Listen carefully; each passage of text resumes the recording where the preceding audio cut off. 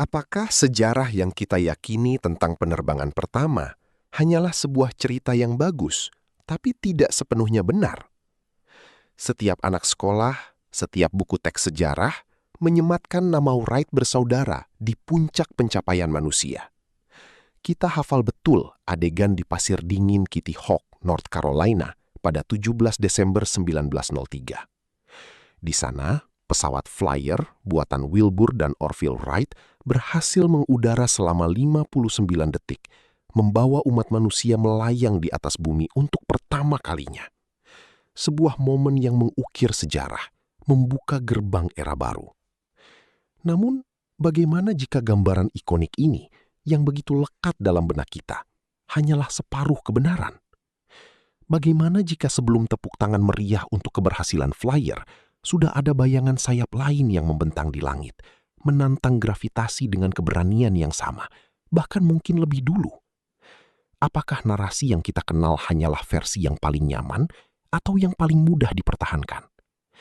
Mari kita singkap lapisan demi lapisan mitos ini, mencari tahu apa yang sebenarnya terjadi sebelum dunia sepakat untuk percaya pada satu cerita saja. Dengan mesin buatan sendiri yang berdenyut, Flyer yang rapuh itu melaju di atas rel kayu, lalu secara ajaib terangkat dari bumi, dipilot oleh Orville.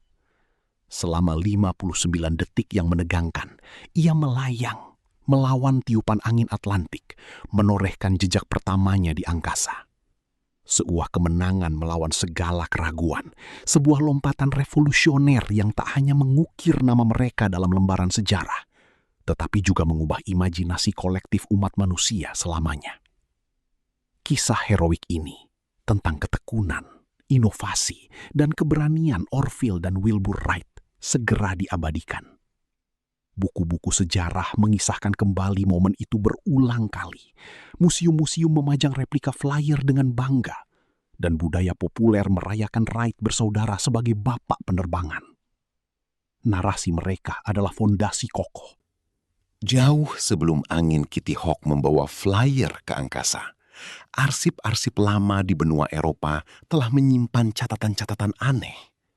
Di Prancis, Clement Ader disebut-sebut telah terbang singkat dengan mesin mirip kelelawar Éole pada tahun 1990, disaksikan oleh pejabat militer.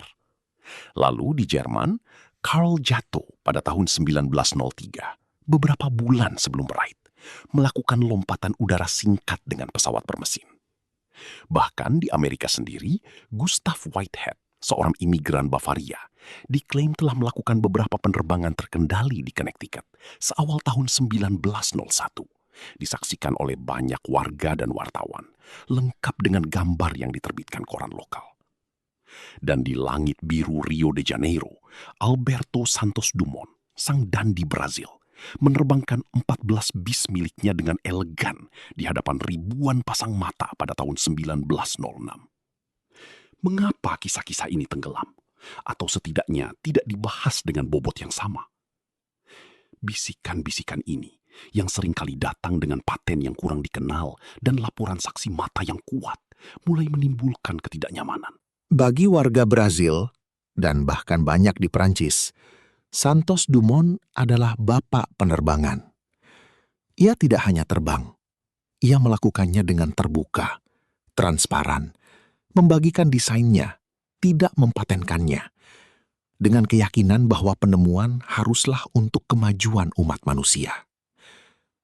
Namun, di buku-buku sejarah global yang paling banyak dibaca, namanya seringkali hanya menjadi catatan kaki, atau bahkan lenyap sepenuhnya.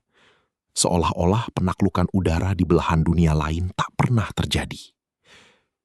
Ketiadaan pengakuan ini, keheningan atas keberanian dan keterbukaannya, meninggalkan rasa pahit ketidakadilan, sebuah noda pada narasi yang seharusnya merayakan setiap jejak langkah manusia menuju langit.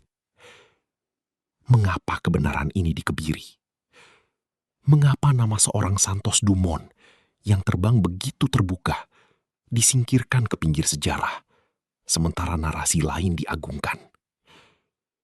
Jawabannya tersembunyi dalam intrik yang jauh lebih gelap dari sekedar persaingan penemuan. Ia berakar pada perang paten yang sengit, pertarungan Sejarah, sebuah kanvas yang seharusnya murni, diwarnai ulang dengan tinta kepentingan, dipahat untuk melayani narasi tunggal, mengubur bukti yang tak sesuai di bawah lapisan kebanggaan dan ambisi. Keadilan seolah buta, ditarik paksa menjauh dari kebenaran, meninggalkan sebuah lubang menganga dalam narasi yang seharusnya merayakan setiap jejak langkah manusia menuju langit, tanpa memandang bendera. Namun, di tengah semua klaim dan perdebatan sengit, ada satu frasa yang terus-menerus diulang seperti mantra.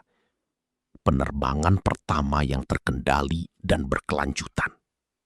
Kata-kata itu di permukaan terdengar lugas, tapi siapa yang sebenarnya mendefinisikan terkendali? Dan seberapa berkelanjutan itu harus terjadi? Bagi publik luas, saat Santos Dumont terbang melingkari Menara Eiffel, setiap gerakannya tampak sepenuhnya di bawah kendali. Demonstrasi yang terang-terangan dan tanpa keraguan. Namun, para Wright bersaudara, dengan ketelitian teknis mereka, menetapkan standar yang jauh lebih sempit. Apakah definisi ini murni berdasarkan inovasi teknis? Ataukah ia adalah alat yang nyaman, dirancang secara retrospektif untuk mengabadikan klaim superioritas mereka? Apakah penerbangan terkendali menjadi sebuah pagar bahasa, dibangun sedemikian rupa sehingga hanya ciptaan Wright yang bisa melewatinya? Semakin dalam seseorang menggali, semakin jelas terlihat bahwa kriteria ini bukan pilar kebenaran yang tak tergoyahkan, melainkan garis yang ditarik dengan sengaja, mengaburkan prestasi yang tak terhitung jumlahnya demi satu narasi dominan. Rasanya seperti menyadari bahwa seluruh fondasi cerita yang telah lama kita yakini kini bergeser di bawah kaki, memunculkan pertanyaan, apakah kita benar-benar telah diberitahu seluruh kebenaran? Ataukah kita telah Lebih dari itu, ada rasa kehilangan yang menusuk hati untuk para perintis sejati. Sosok-sosok seperti Santos Dumont yang kecemerlangan dan keberaniannya diakui luas di zamannya, kini harus bersaing dengan bayangan keraguan yang tak beralasan. Atau bahkan lebih parah, para penemu lain yang nama mereka bahkan tidak kita kenal, yang ide-idenya terkubur di bawah dominasi satu cerita tunggal. Jenius mereka terenggut keheningan. Sejarah yang seharusnya menjadi cerminan kolektif dari perjuangan dan pencapaian manusia. Tugas kita sebagai pewaris kisah-kisah ini bukanlah untuk menghafal, melainkan untuk menggali, untuk membedah setiap fakta dengan pisau keraguan yang sehat. Kita harus bertanya, bukan hanya siapa, tapi juga mengapa dan untuk kepentingan siapa. Kebenaran mungkin tidak selalu nyaman, mungkin menghancurkan patung-patung yang telah lama kita puja.